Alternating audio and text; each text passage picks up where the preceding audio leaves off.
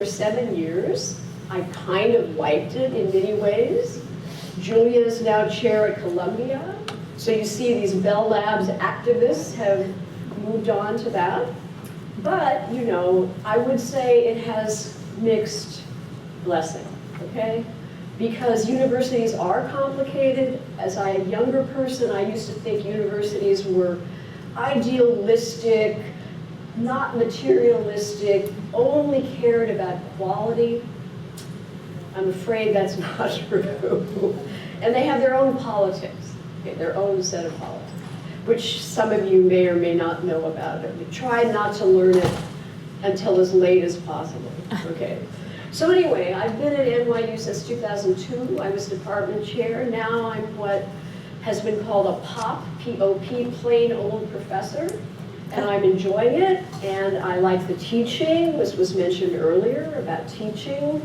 It's great when you look around and see eager faces waiting to absorb that knowledge, you know, that you're presenting.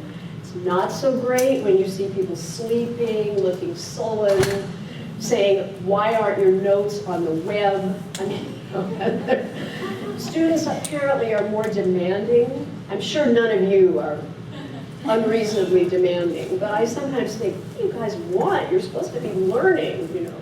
Then they point out that, you know, they need my help to learn, so I fall for it every time.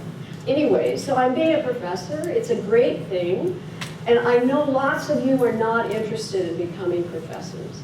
We have heard a little bit about it, but that's an important piece of the pipeline to get women into computer science.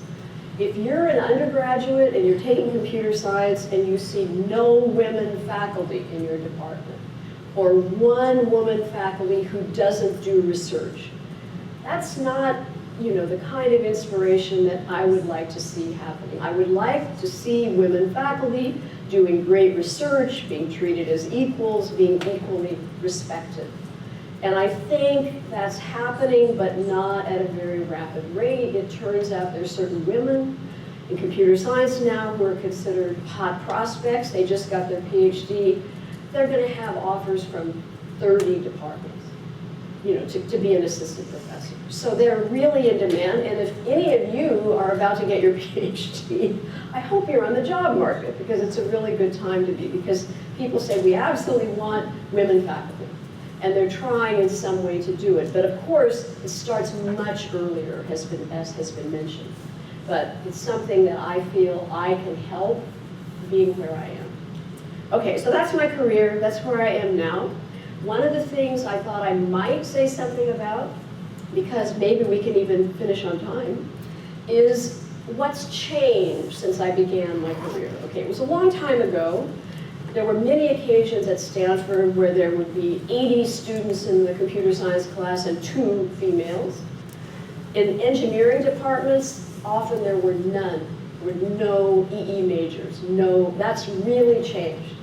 But undergraduate enrollment in computer science is still short of 50%, at least at NYU. It's gotten a lot better. It's higher than the 14% figure I mentioned. But again, I'm sure you all know this.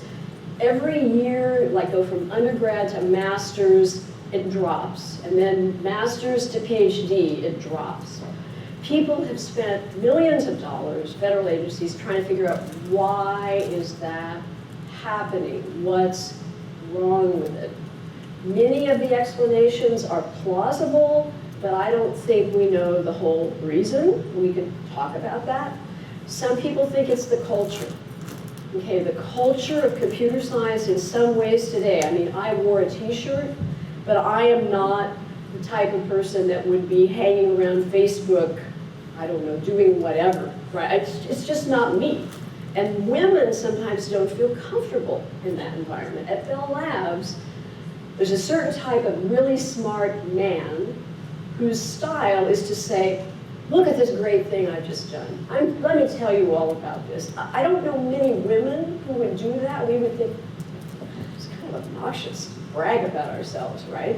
And the managers would say, let's say to me, did you hear about the great thing that so-and-so just did? And I'd say, yes, I did, and so did everybody else. But then because it was good, they would say, that's really great, we're giving him a big raise. And so some of us who were more low-key would wait for our yearly evaluation before we said what we did was great. But you know, Judith said be humble. I do think women have to, I agree completely with your analysis about you're not the only game. But I think you should try to get over the fact that you don't feel you can't praise yourself. Not brag. Now, what's the difference between bragging and praising? I don't know, but it is a difference. But I think women don't value themselves enough for social reasons, socialization, right? So I don't know how we're going to get over that problem. Okay, I think many organizations today are trying to change it. We heard about diversity. You're all in a wonderful position because everybody is trying to hire women in computer science. And because of things like the digital humanities, there's a new program at NYU, digital social sciences, we have a joint program with music composition, we have a joint program with theater studies. So even areas that are more humanities are getting connected with computer science. So we heard earlier about wanting to be an actress and computer science. It's true that being a professor is kind of like acting, you're putting on a performance. But I think there are other ways. Someone told me set design, music, structuring the play, things like that that are very algorithmic and mathematical. You can use computer science. So you don't have to say, if I'm a computer scientist, I have to give up my dream of something in the humanities. You don't have to do that. Okay. And this change of behavior, I think it's still an issue. I've talked to a lot of young women who describe how they just don't feel comfortable hanging around with the guys in quite the same way. I'm not sure you have to start acting like a man, but maybe some discussion and some ways to modify their behavior, and maybe yours, be less sensitive. I don't really know. I do not have an answer to that problem. Okay, experiences as an educator, I want to just say that I'm happy to see more and more women taking computer science in the class I'm teaching now. I'm trying to think. 20% of the class are women, and they're all good students. I know it's not fair to the men, but I'm actually really happy to see that happening. Well, you know, you'd hate to sort of think, oh my gosh, all the weakest students are women. I mean, it's not my fault, it's not their fault, but that's the way it is. So I think that's really helping. And I'm interested because I meet individually with every student in my class. So there are 26 students in my class. I've met individually with each of them, and I've said, what do you hope to do? What do you want to do? And the women and the men have virtually identical wishes. A lot of the women want to go to a startup. Men want to go to a startup. Some of the women want to become professors. Some of the men. So there's no difference in ambition. And I think that's a really good sign that things are becoming more level. Okay, I don't have any real advice. I'm about to end. You know, in good phrases that I can give about advice. I think it's back to what I said at the beginning. I think at your age, taking the long view is something that's hard because you're young. I mean, you're just starting out. And so maybe you'll believe me when I say that as far as I can tell, being in computer science is absolutely a rewarding way that you can spend the next 10, 20, 30, 40 years. Different aspects of computer science. You can become a leader, you can become, you know, a musician, you can become a social scientist, you can become a professor.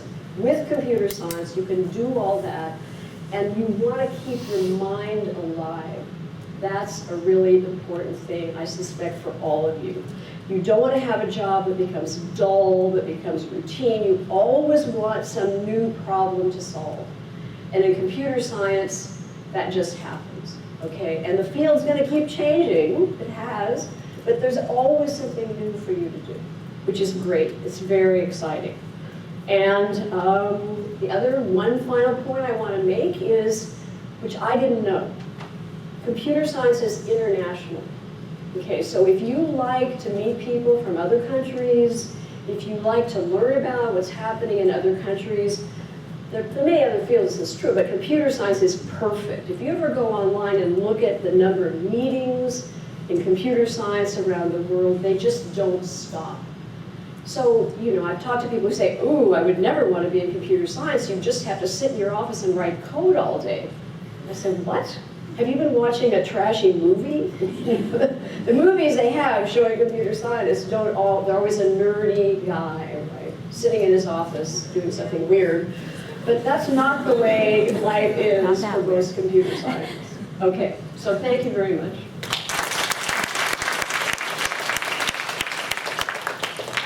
We have time.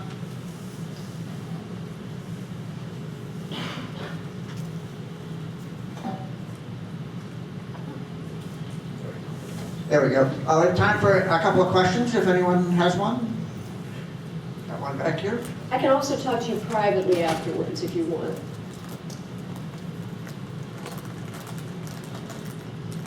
Thank you very much for an enlightening talk, fellow computer college faculty.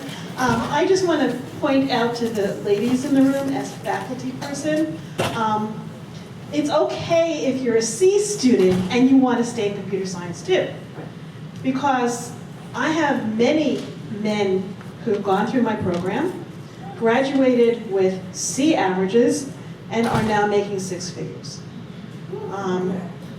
So you don't have to be the A person, and you don't have to give up on computer science because you're not the best in the room. The guys have figured it out, right? And so if you, and I'm not advocating, giving up on that A and getting the C, but if you're struggling, if you're not the best in the class, that's okay too. Well, and there are different fields of computer science. You could be very good at one thing. Some people are very good at the mathematical side of computer science and not so good at the other stuff, or the reverse.